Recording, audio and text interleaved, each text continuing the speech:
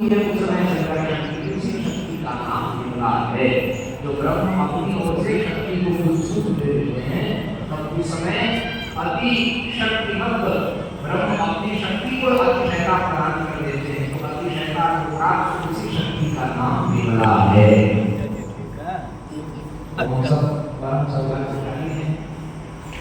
कुछ दो दिन का प्रार्थना हो रहा है, सबको अपने सामान खड़े हो जाए और आगे से नमः पार्वती हर हर भगवान की जय हो, सत्य सनातन धर्म की जय हो, धर्म की जय हो, अधर्म का नाश हो, प्राणियों में विश्व का कल्याण हो, गौ माता की जय हो, गो हत्या भारत भारत श्रीमद् जगत शंकराचार्य भगवान की जय हो, धर्म सम्राट स्वामी श्री करपात्री जी महाराज की जय हो, गोवर्धन मठपुरी पीठाधीश्वर भगवान की जय हो, हर नमः पार्वती पतये हर हर महादेव। श्री गुरुभ्यो नमः। हरि ओम। भद्रं कर्णेभिः शृणुयाम देवा भद्रं पश्येम क्षभिर्यजत्राः स्थिरैरङ्गैस्तुष्टुवागुंसस्थाणुभिर्व्यासेमहि देवहितं यदायुः शतमिन्नु शरदो अन्ति देवो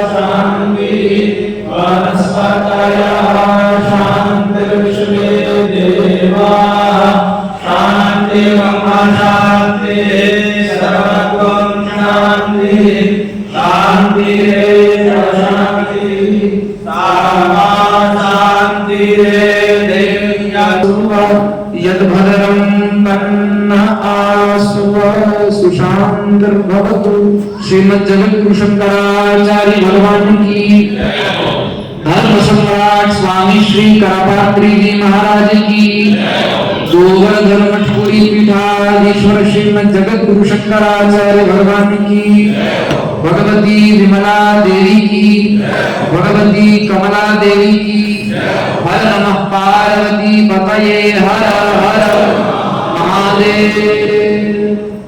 नारायण।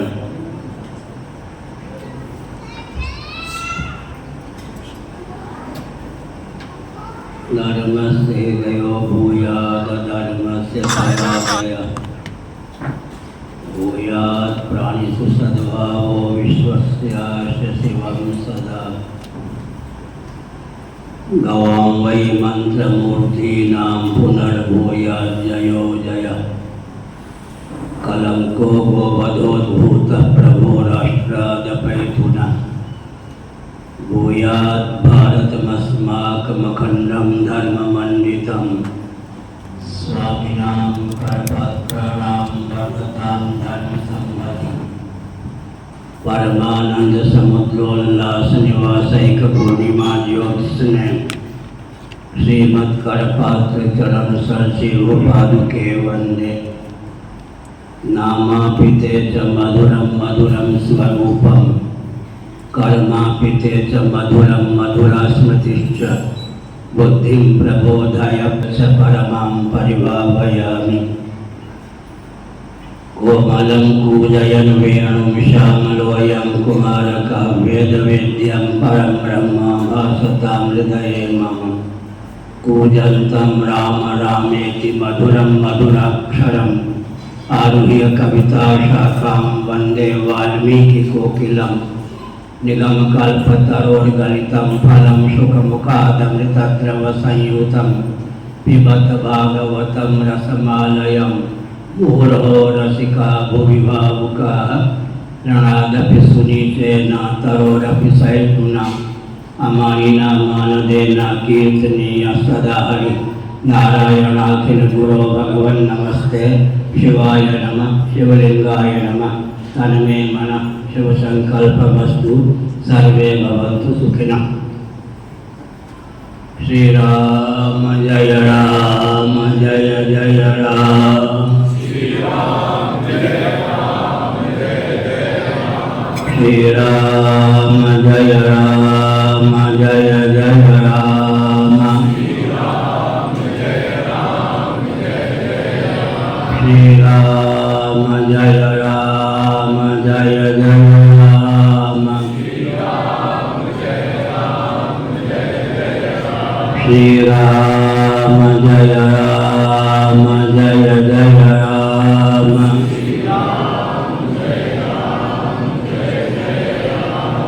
धर्म के अधर्म का प्राणियों में विश्व का गो माता की गोहत्या भारत सर्वभूत हृदय धर्म सम्राट श्री स्वामी करपात्री जी महाराज की, श्री जगन्नाथ महाप्रभु की, श्री बलभद्र महाप्रभु की, भगवती सुभद्रा देवी की, भगवती विमला देवी की, श्री चक्र सुदर्शन महाभाग की, वृंदावन बिहारी लाल की, श्री कृष्ण गोविंद हरे मुरारे,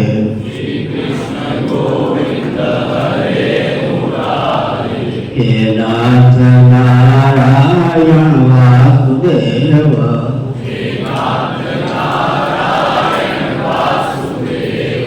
गोविंद जय जय गोपाल जय जय, गोविंद जय जय गोपाल जय जय, राधा रमण हरि गोविंद जय जय,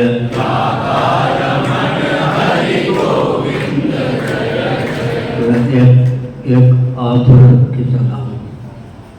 गोविंद जय जय गोपाल जय जय, गोविंद जय जय गोपाल जय जय, राधा रमण हरि गोविंद जय जय, राधा रमण हरि गोविंद जय जय, गोविंद जय जय गोपाल जय जय, गोविंद जय जय गोपाल जय जय, राधा रमण हरि गोविंद जय जय, राधा रमण हरि गोविंद जय जय, गोविंद जय जय गोपाल जय जय, गोविंद जय जय गोपाल जय जय, राधा रमण हरि गोविंद जय जय, राधा रमण हरि गोविंद जय जय, गोविंद जय जय गोपाल जय जय, गोविंद जय जय गोपाल जय जय, राधा रमण हरि गोविंद जय जय, राधा रमण हरि गोविंद जय जय, हम हिंदू राष्ट्र बनाएंगे, हम हिंदू राष्ट्र बनाएंगे, हम भारत भव्य बनाएंगे, हम भारत भव्य बनाएंगे, हिंदू सर से मान सर तक, हिंदू सर से मान सर तक, भारत विहत बनाएंगे, स्वस्तिक चिन्हित सूर्य अंकित, केसरिया गज लहराएंगे, हम हिंदू राष्ट्र बनाएंगे, हम भारत भव्य बनाएंगे, हम भारत विहत बनाएंगे, वंदे मातरम, वंदे मातरम, वंदे मातरम। धर्म अध्यात्म राष्ट्र से संबद्ध कोई प्रश्न हो पूछ सकते हैं। आपकी आस्था की सराहना है, आपके अपनत्व की सराहना है। नारायण पूछिए पांडे जी।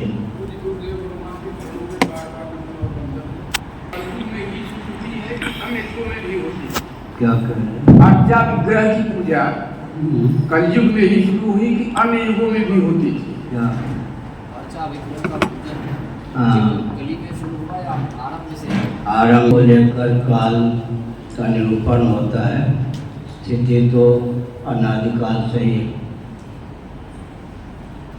श्रीमद् भागवत में क्या लिखा है? एकादश स्कंद पढ़िए, 11वां स्कंद। अर्चायामेव हरये पूजामि श्रद्धये हते, न तद भक्तेषु चान्येषु सभक्तः प्रकृतस्मृतः। फिर आगे, ईश्वरे तदधीनेषु बालिशेषु विसत्कुचः प्रेम मैत्री कृपोपेक्षाय करोति समध्यमः। सर्वभूतेषु यः पश्येत् भगवद्भावमात्मनः भूतानि भगवत्यात्मन्येष भागवतोत्तमः। श्रीमद् भागवत की रचना तो बहुत पहले हुई। उसमें लिखा है अर्चा में हरे भगवान की अर्चा में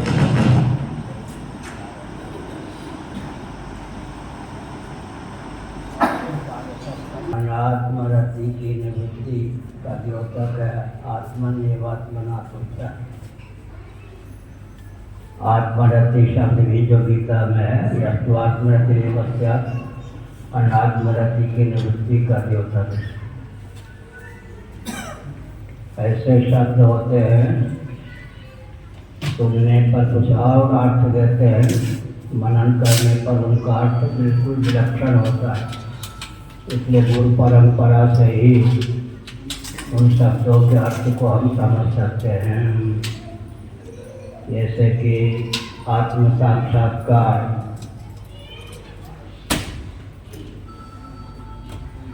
एक बहुत ही माधुरी कोई व्यक्ति था, निमिषारण से आया।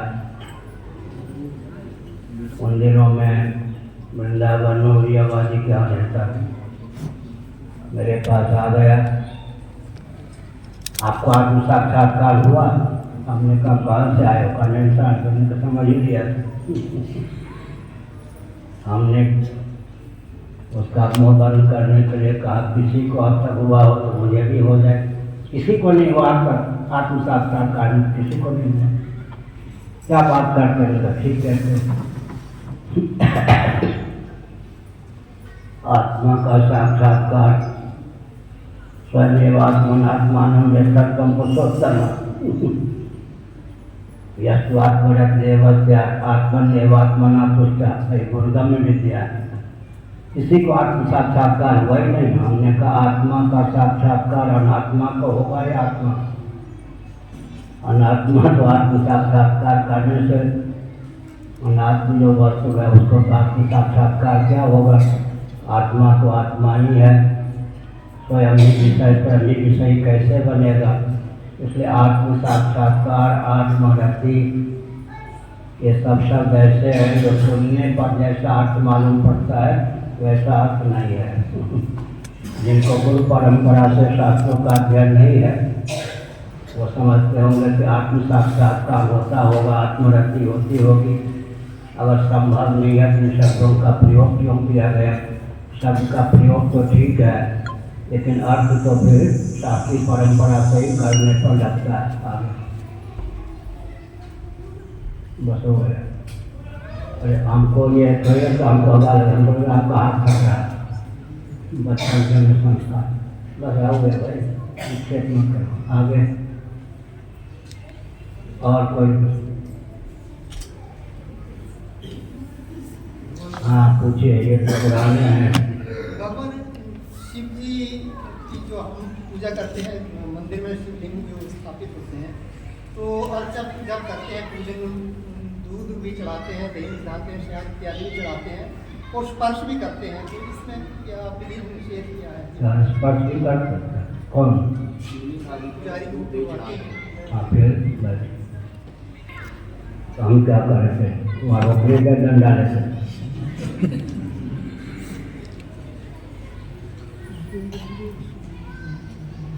देखिए स्कंद पुराण में लिखा है,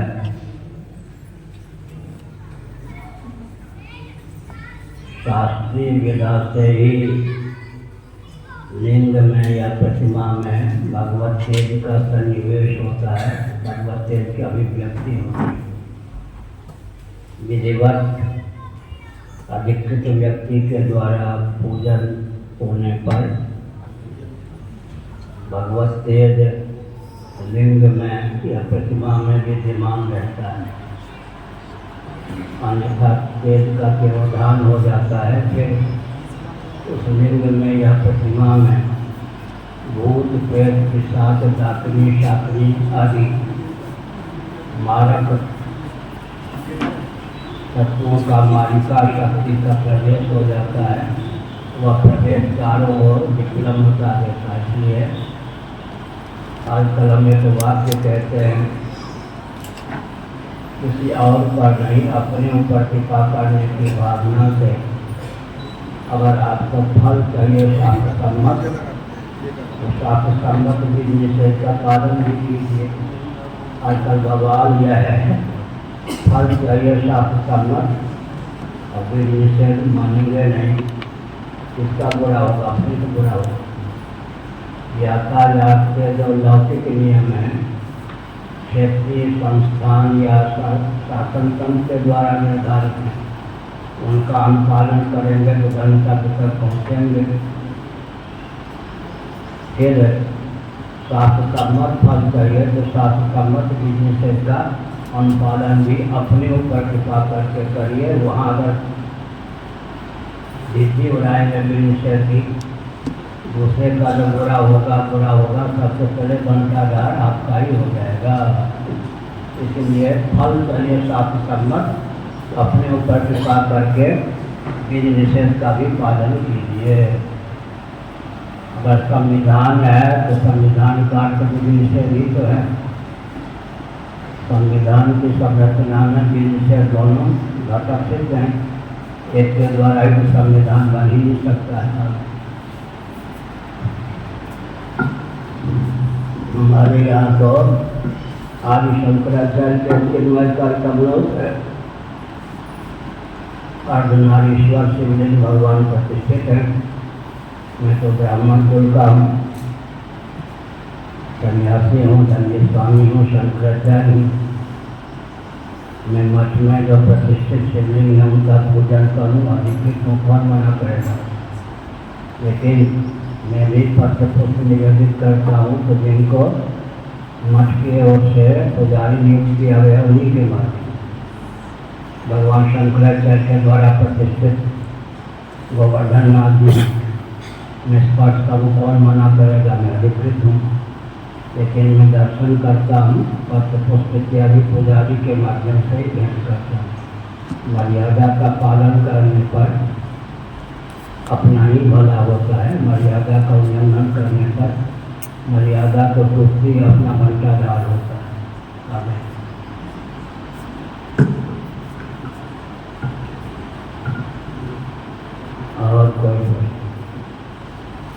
विभिन्न शक्तियों घट रही है। मुसलमानों की 8%, हिंदुओं की 8% घटी है, बस मुसलमानों की बढ़ रही है। आने वाले 5 साल के बाद हमारी तो वैसे ही वोट बैंक कम हो जाएगा और उनका जो 13 साल का बच्चा हो उनका वो बढ़ जाएगा। हमारा जो प्रतिनिधि चुनने की बड़ी प्रॉब्लम हो जाएगी। हिंदू राष्ट्र की बात बहुत दूर की। हाँ तो मत कहा कहिए, हम तो कहते हैं 3 वर्षों से हालात चल रही है, आप मुस्लिम राष्ट्र कहा करिए, हम मुस्लिम राष्ट्र बनाएंगे तो कह सकते हैं, आप वो भी नहीं कहेंगे। हिंदू राष्ट्र बनाएंगे ये भी नहीं कहेंगे, क्रिश्चियन राष्ट्र बनाएंगे ये भी नहीं कहेंगे, मौनी बाबा बन करेंगे। सुनते रहिए, देखिए क्या होता है। हम लोग कहते हैं उसके पीछे राज से आएगा नहीं। कौन सा ये प्रांत है? यहाँ से खालिस्तान की बात चली थी या नहीं? 3 वर्ष पहले जब हमने कहना शुरू किया हिंदू राष्ट्र, खालिस्तान की आवाज़ बंद हो गई या नहीं? उधर आपका ध्यान नहीं है क्या? बंद हो गए या नहीं? खालिस्तान, मुगलिस्तान, दलितस्तान, हिंदुस्तान और दक्षिण के प्रांतों को लेकर एक भारत के 5 विभाजन होने वाले थे। अटल बिहारी वाजपेयी जब प्रधानमंत्री थे तो चंद्रशेखर जी ने पत्र लिखा था। वो पत्र मेरे पास भी समाचार पत्र के माध्यम से आ गया होगा कि भारत के 5 टुकड़े होने वाले हैं। चंद्रशेखर जी ने लिखा था, सावधान होकर देश को चलाइए। जब से हिंदू राष्ट्र की बात कही गई है, खालिस्तान आदि की बात बंद हो गई या नहीं? फिर दूसरी बात है, गुलाम नबी आज़ाद मुसलमान हैं या नहीं? उन तक मेरा संदेश पहुंचा होगा यंत्रों के माध्यम से। उन्होंने कहा हमारे पूर्वज कश्मीरी थे, हिंदू थे। हम कहते मोहम्मद साहब के पूर्वज कौन थे, ईसा मसीह जी के पूर्वज कौन थे? इनके पास तो इतिहास ही नहीं है पुरानी। 1,97,29,49,125 वर्षों का इतिहास हम लोगों के पास। इस समय सृष्टि की आयु कितनी है, पृथ्वी की आयु कितनी है? 1,97,29,49,125 वर्ष। इतना पुराना इतिहास, इतनी पुरानी हम लोगों की परंपरा है। अब आप देख लो, श्रीमन नारायण प्रथम इष्ट हैं, प्रथम पूर्व हैं, पूर्वज हैं सबके। उनके 10वें स्थान पर शंकराचार्य हैं। शंकराचार्य के बाद मेरा 145वां स्थान है। श्रीमन नारायण से गुरु परंपरा की दृष्टि से मेरा 155वां स्थान है। संख्या तो कुल 155 है, लेकिन वर्ष 1,97,29,49,125 वर्षों की वंश परंपरा, गुरु परंपरा है। उसको फूंक मार के कोई उड़ा देगा क्या? हिंदू राष्ट्र न कहते तो आप तो मौनी रहते, फिर क्या होता? गवर्नर अंदर ज्ञान नहीं जाता। सबकी आवाज़ दब गई या नहीं दब गई? फिर हम लड़ने भिड़ने की बात तो नहीं कहते हैं। लड़ने भिड़ने जो आएंगे वो चकनाचूर हो ही जाएंगे, लेकिन लड़ने भिड़ने की बात तो हम नहीं कहते। सबकी बोलती बंद है। हमने कहा सबके पूर्वज कौन थे? मोहम्मद साहब के पूर्वज कौन थे? ईसा मसीह के पूर्वज कौन थे? बृहदारण्यक उपनिषद में लिखा हुआ है, श्रीमन नारायण के नाभि कमल से सर्वजीव घनात्मक, सर्वदेव घनात्मक, हिरण्यगर्भ संज्ञक ब्रह्मा जी की प्रथम अभिव्यक्ति हुई। ब्रह्मा जी ने योग बल से स्वयं को मनु शतरूपा के रूप में व्यक्त किया। शतरूपा जी ने योग बल से स्वयं को 84 लाख योनियों में संभावित स्त्रियों के रूप में व्यक्त किया। मनु जी ने स्वयं को 84 लाख योनियों में संभावित पुरुषों के रूप में व्यक्त किया। तो सबके पूर्वज सनातनी, वैदिक और हिंदू सिद्ध होते ही हैं। भागवत आदि पुराणों के अनुसार मरीचि, कश्यप इत्यादि महर्षियों की धर्मपत्नियों के गर्भ से देवता, धनुज आदि ही नहीं बल्कि तरुलता, गुल्म आदि स्थावर प्राणियों की भी उत्पत्ति हुई। हम आप भी स्वप्नावस्था में हिरण्यगर्भ, तेजस, ब्रह्मा हो जाते हैं। हमारे यहाँ भी स्वप्नावस्था में मनोयोग से हम वृक्षादि भी हो जाते हैं, पर्वत भी हो जाते हैं। तो ऋषियों की पत्नियों के गर्भ से वृक्षादि की उत्पत्ति की गाथा हमारे यहाँ भी हमारी बुद्धि के गर्भ से स्वप्नावस्था में स्थावर प्राणियों का उद्भव हो ही जाता है। हिंदू राष्ट्र तो होगा ही। हिंदू का अर्थ होता है एक अर्थ भौगोलिक धरातल पर हिमालय मानसरोवर, हिंदू का अर्थ कन्याकुमारी इंद्र सरोवर। मानसरोवर से लेकर कन्याकुमारी तक का जो भूभाग है वो हिंदुस्तान है। हिंदू जब कहते हैं तो हीनता दीनता दरिद्रता का जो अपनोदन करे उसका नाम हिंदू। बृहस्पति आगम मेदिनी तंत्र कालिका पुराण भविष्य पुराण ऋग्वेद में हिंदू शब्द का प्रयोग हुआ है, कोई बाहर से आया हुआ नहीं। हमारा एक ग्रंथ है, गर्व से कहें हम हिंदू हैं। वैदिक वाङ्मय में जहाँ जहाँ हिंदू शब्द प्रयुक्त हुआ है स्थल निर्देश सहित वचन को उद्धृत किया गया है। हिंद महासागर आज भी कहते हैं, हिंदुस्तान आज भी कहते हैं, हिंदकूट आज भी कहते हैं। आगे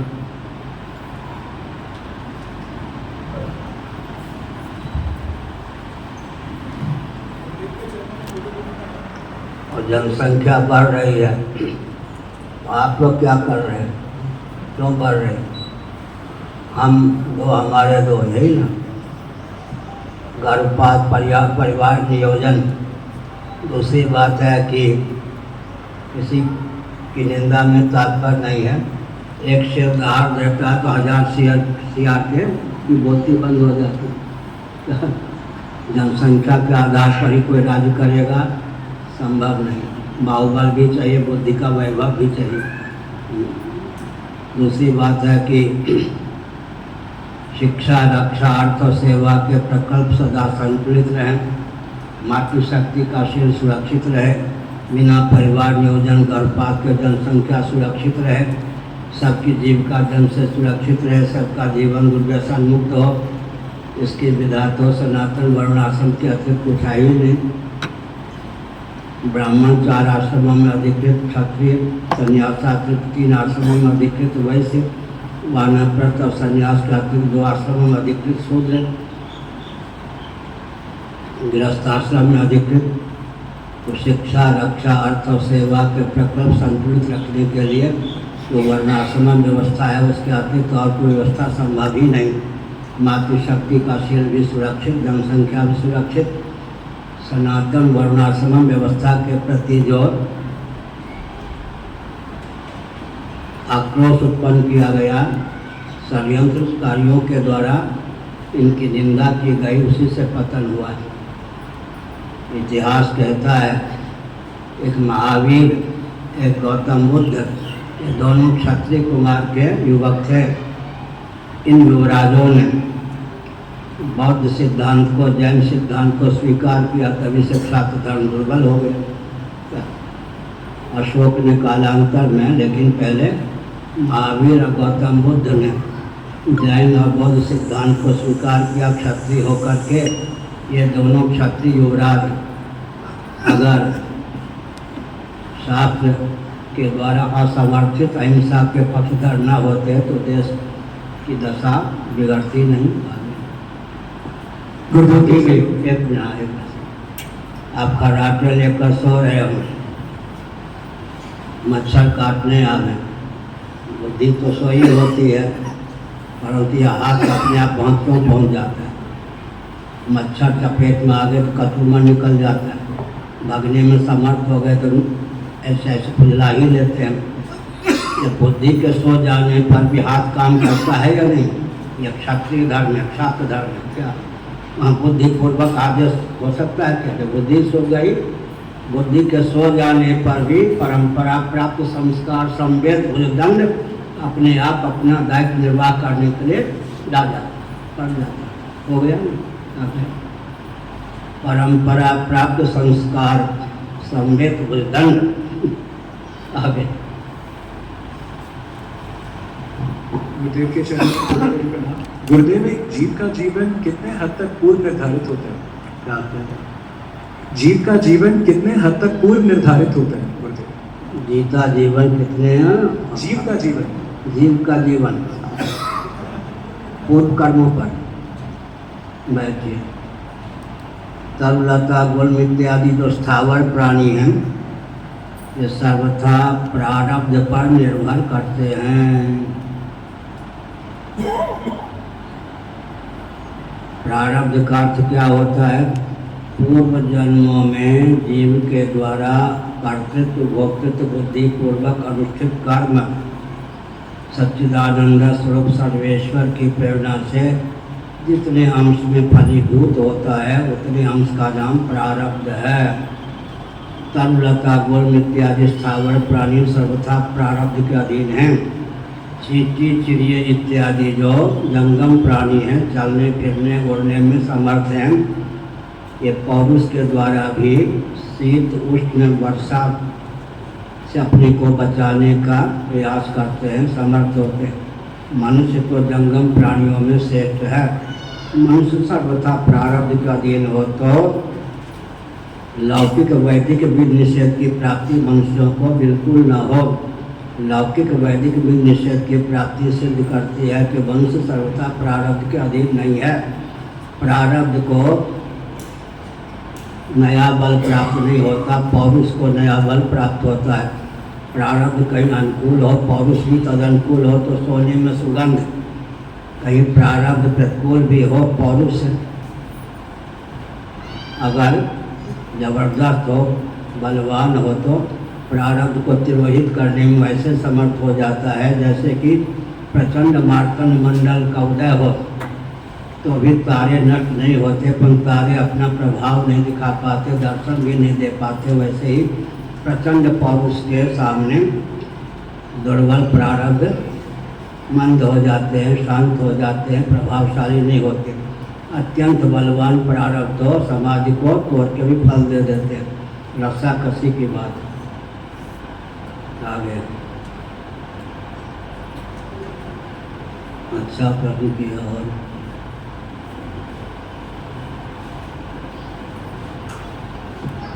देव है। प्रणाम गुरुदेव। मेरा प्रश्न है कि भजन का स्वरूप क्या है? किसका स्वरूप? भज सेवायाम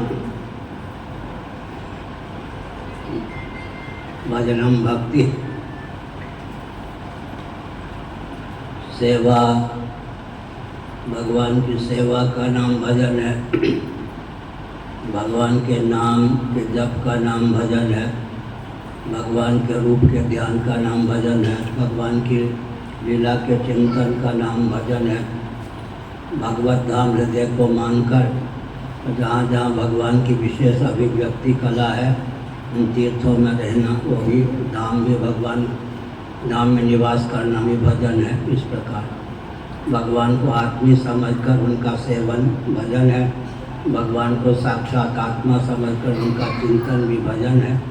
भगवान के स्वरूप स्वभाव प्रभाव का आलम्बन लेना भजन है। प्रभाव का आलम्बन लेने पर व्यक्ति अर्थार्थी भक्त होता है। स्वभाव का आलम्बन लेने पर जिज्ञासु भक्त होता है। स्वरूप का ज्ञान प्राप्त करने पर ज्ञानी भक्त होता है। भगवान के नाम रूप लीला धाम का चिंतन करने पर प्रेमी भक्त होता है।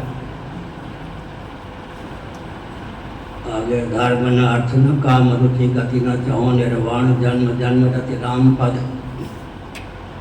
राम पद राम जी के स्वरूप में रति पंचम पुरुषार्थ। काशी में ही मधुसूदन सरस्वती जी रहते थे और तुलसीदास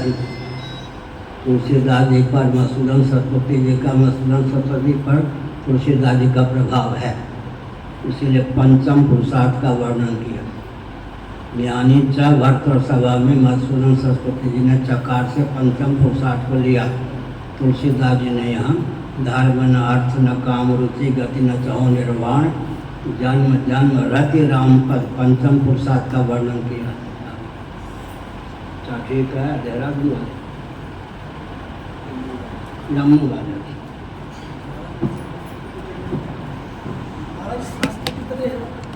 क्या नाम है? मिलिट्री वाले हैं क्या?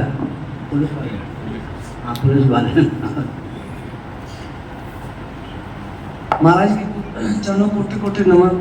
महाराज शास्त्र कितने हैं, उनके क्या नाम है? क्या कह रहे? शास्त्र कितने हैं, उनके क्या नाम है? अच्छा नाम तो है ही 18 पुराण है, 18 पुराण 18 पुराण है, 60 शास्त्र हैं, सबका वर्णन है। सनातन क्या भक्त एक ग्रंथ हमारा हैं, सार्वभौम सनातन सिद्धांत हमारा ग्रंथ है, विशद रूप में सबका वर्णन। 4 वेद हैं, 6 शास्त्र हैं, 6 दर्शन हैं, 18 पुराण हैं, 18 पुराण हैं, 18 पुराण हैं। आगे फिर ब्रह्मसूत्र हैं, महाभारत है, वाल्मीकि रामायण है, इतिहास पुराण, ये सब काफ़ी हैं। फिर भी आगे गुरुदेव भगवान की श्री चरणों में कोटि कोटि प्रणाम। गुरुदेव भगवान, क्या ये ब्रह्मांड भी वास्तु पुरुष जो वास्तु शास्त्र में आते हैं उसके ऊपर बना हुआ है? वास्तु शास्त्र पर क्या हुआ? ब्रह्मांड बना हुआ है। वास्तु शास्त्र के अनुसार बना है ब्रह्मांड। कौन मना करता है? वास्तु शास्त्र माने उचित देश, उचित काल में उचित वस्तु का सन्निवेश है। तो वास्तु शास्त्र का अर्थ हुआ क्या हुआ? किसी भी वस्तु की भावना आते ही 2 अतिरिक्त वस्तुएं जुड़ जाती हैं। जैसे ये अकेला यहाँ है, यहाँ है का तो देश मन स्थान विशेष, और अब है क्या? किसी भी वस्तु या व्यक्ति का चिंतन करते ही देश और काल की भावना जुड़ जाती है। ये परस्पर सापेक्ष है। पृथ्वी के जो कार्य हैं उनका देश पृथ्वी है, उपादान कारण का नाम भी देश हो जाता है। पृथ्वी के कार्य आम इत्यादि, घट इत्यादि वस्तु भी हैं, और पृथ्वी उनका उदय स्थान, निलय स्थान, विलय स्थान होने के कारण काल भी है। किसी भी वस्तु का उपादान कारण मौलिक स्वरूप जो होता है वो देश भी कार्य का होता है, काल भी होता है, और वस्तु तो है ही क्या? जो जन्म दे वही मार के खा जाए। दुनिया में पृथ्वी से उत्पन्न जितने पदार्थ हैं, पृथ्वी उनकी माता हो गई ना, वो खा भी लेती है। अब उदय स्थान ही नहीं, निलय स्थान भी है और विलय स्थान भी है। कार्य की उपादान भावापत्ति होती है। काल की मूल परिभाषा क्या है? कालो मायात्म संबंध है। कालो मायात्म संबंधात। सुनो भाई, थोड़ा सुन लिया करो। कौन है वो? हैं? राहुल भी। राहुल राहुल राहुल जी से बात कर रहे हैं। राहुल सुना भी मस्त है। क्या कह रहे हैं? सूत संहिता का वचन, इससे बढ़िया काल की परिभाषा नहीं हो सकती। काला कलन कलयता महम, भगवान का वचन है गीता में। कलनात्मिका शक्ति से अवच्छिन्न चैतन्य का नाम काल है। पूर्व गुरुदेव ने न्याय की भाषा में इस वाक्य को डाला। काल की मूल परिभाषा क्या है? कालो मायात्म संबंध। कालो मायात्म संबंधात। उसी प्रेमनालित है, बैठो सुनो। कालो मायात्म संबंध। कालो मायात्म संबंधात। संबंध जो होता है द्विष्ट होता है। जैसे 2 उंगलियों का संबंध, संबंध को इस उंगली पर भी रख सकते हैं, इस उंगली पर भी रख सकते हैं, दोनों से पृथक भी गिन सकते हैं, लेकिन संबंध का पृथक अस्तित्व नहीं होता है। कालो मायात्म संबंध है। माया का नाम भी काल है, आत्मा या परमात्मा का नाम भी काल है। अर्थात परमात्मा परमात्मा की शक्ति का नाम काल है। और फिर कालांतर में सूर्य की रश्मि, पृथ्वी, जल, तेज, वायु के परमाणुओं को जितने क्षण में छेक ले, श्रीमद् भागवत के अनुसार उस काल का नाम परमाणु काल है। अगर पूछ दें काल वाले आजकल ज्योतिषी लोग, परमाणु काल की परिभाषा बताओ, अगर नहीं सुना होगा तो नहीं बता। पृथ्वी, जल, तेज, वायु के जो परमाणु हैं अतीन्द्रिय, उनको सूर्य की रश्मि जितने क्षण में छेक ले काल में, उसका नाम परमाणु काल होता है। लेकिन सूर्य भी तो किसी काल में बने होंगे, इसलिए काल की सबसे शुद्ध परिभाषा क्या है? कालो मायात्म संबंध। माया का नाम काल है, परमात्मा का नाम काल है, अर्थात भगवान और भगवान की शक्ति का नाम है काल, दोनों के संयोग का नाम है काल। इतर जितने काल हैं सबके मूल में यही है। यावत संजायते किंचित सत्वम स्थावर जंगमम क्षेत्र क्षेत्र के संयोगा तत्विधि वर्तर सब आगे। गुरु जी के चरणों में सादर प्रणाम। गुरु जी, आपने कुछ दिन पहले कहा कि कलयुग के 10,000 वर्ष के पश्चात विग्रह में भगवान के प्राण नहीं रहेंगे, तो क्या मतलब सब नास्तिक हो जाएंगे? मैंने कहा, मैं शास्त्र में ही लिखा है, 5,000 वर्ष बाद ही लिखा है। क्या अर्चा विग्रह से भगवत देह तिरोहित हो जाएगा, शास्त्रों में ही लिखा है, मैंने अपनी ओर से कुछ नहीं कहा। अब देख ही रहे हैं, वाजपेयी जी की प्रतिमा बन गई, बाबा लोगों को धैर्य नहीं, वो भी अपनी प्रतिमा बनवाते हैं, और आश्रम में अब तो जगह कम हो गई है, गुरु की प्रतिमा तोड़ करके फिर अंत में गुरुओं की प्रतिमा तोड़ करके पहले से ऐसे भी लोग होते हैं जिनको संतोष नहीं होता मेरे मरने के बाद मेरी प्रतिमा बने या न बने, अपने जीवन काल में भी प्रतिमा बना लेते हैं। इससे तो बवंडर है ना। इसीलिए हमारे पूज्य गुरुदेव, हम तिहाड़ जेल में थे गोरक्षा के लिए 66 की बात। हमारे पूज्य गुरुदेव स्वामी करपात्री जी महाराज तिहाड़ जेल में थे। ये लोग, हम लोग कोई हथकड़ी बेरी वाले नहीं थे, खूब सत्संग होता था, भजन होता था। बहुत से लोग तो भजन सुनने, सत्संग सुनने के लिए गौ माता की जय कह के जानबूझ के अरेस्ट हो जाते थे। दैवयोग से दयानंद स्वामी का जन्मदिन आया। आज समाजी सज्जनों ने कहा पूज्य गुरुदेव से, आपकी अध्यक्षता में तिहाड़ जेल में जो पार्क था उसमें हम दयानंद स्वामी का जन्मदिन मनाना चाहते हैं। मैंने कहा, हमको बड़ा कुतूहल हुआ कि हमारा कट्टर सनातन धर्मी है, दयानंद स्वामी के जन्मदिन के अवसर पर क्या बोलेंगे। बोले महाराज, लेकिन उनमें से एक वाक्य है, मूर्ति पूजा का जब उपयोग किया गया, अतिरेक हो गया, उस अतिरेक को रोकने के लिए दयानंद स्वामी का जन्म हुआ, हो गया। अब वो वैराग्य का अतिरेक, किसी को जब भूत प्रेत लग जाए ना, किसी को वैराग्य चढ़ जाता। एक महात्मा थे जाट कुल के, स्वामी वामदेव महाराज के गुरु भाई थे, लेकिन गुरु भाई बड़े थे। स्वामी वामदेव महाराज ने कहा, ये जो आ रहे हैं मेरे गुरु भाई, इनको वैराग्य का इतना आवेश है, कल किसी का विवाह होना है या कल हुआ, उसका घर छुड़वा देते हैं। अरे आपको वैराग्य है तो वैराग्य का आवेश नहीं होना चाहिए ना। ऐसे भक्ति का आवेश, किसी को ज्ञान का आवेश हो गया, किसी को देशभक्ति का आवेश में अतिरेक हो जाता है। व्यक्ति की पात्रता का ध्यान करके ही किसी को दे देना चाहिए।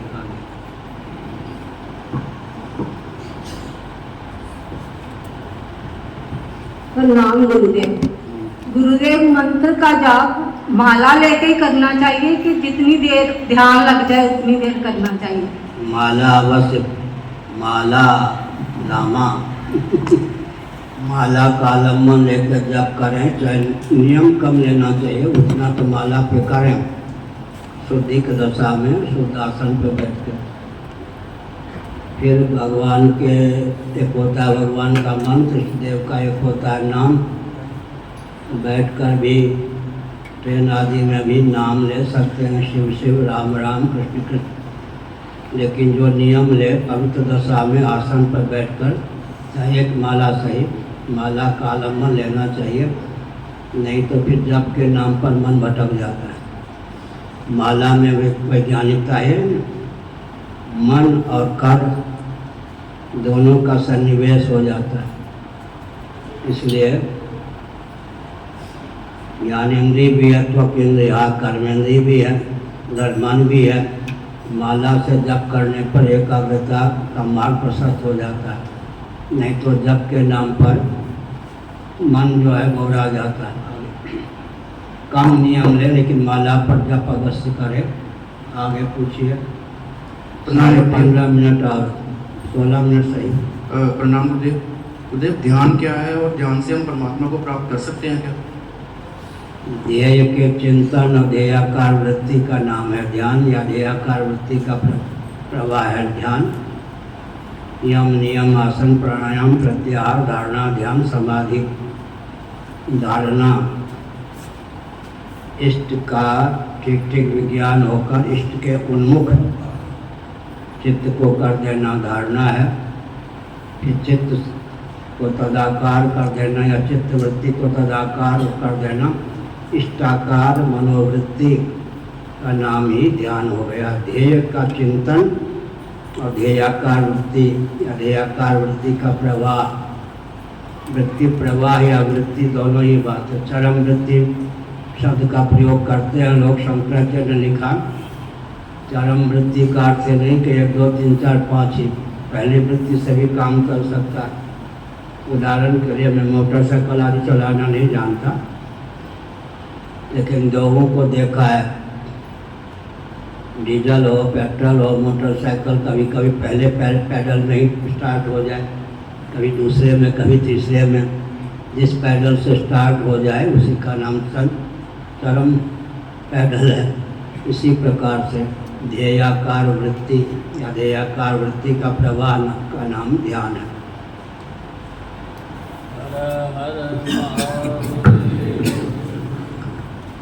श्रीमद् जगद्गुरु शंकराचार्य भगवान की